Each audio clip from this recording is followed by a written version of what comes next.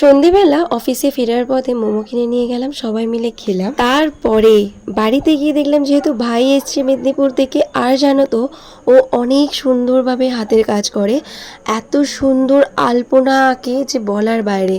তাই ওকে কয়েকটা ডিজাইন দেখে বলেছিলাম যে তোমার যেটা পছন্দ লাগে সেটাই করো।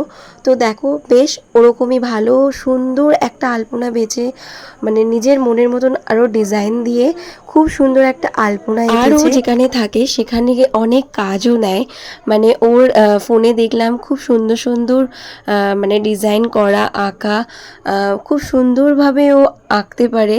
তো তোমরা হাতের কাজ দেখে সেটা বুঝতেও পারছো, বলার তো কিছুই নেই। আর জানো তো সব কিছু জেনে রাখা ভালো, মানে হাতের কাজ যেটা কোনোদিনও কেউ তোমার কাছ থেকে কেড়ে নিতে পারবে না। মানুষের জীবনে কখন কোন সিচুয়েশন আসবে সেটা কেউ জানে না, তাই এমন কিছু জেনে রাখো যেটা তোমার কাছ থেকে কেউ কোনোদিনও কেড়ে নিতে পারবে না। তাই তো ঠিক বললাম তো?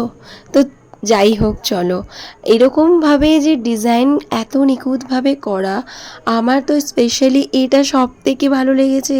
মানে এই ডিজাইনটা দেখে না আমার জাস্ট আর বলার ভাষাই নেই, মানে অনেক সুন্দর। আমার তো মনে হয় ওর কাছ থেকে এখন আমাকে শিখতে হবে। আর জানো তো মোটামুটি আমিও একটু আধটু আঁকতে পারি, মানে ওই আর কি আলপনা মেহেন্দি।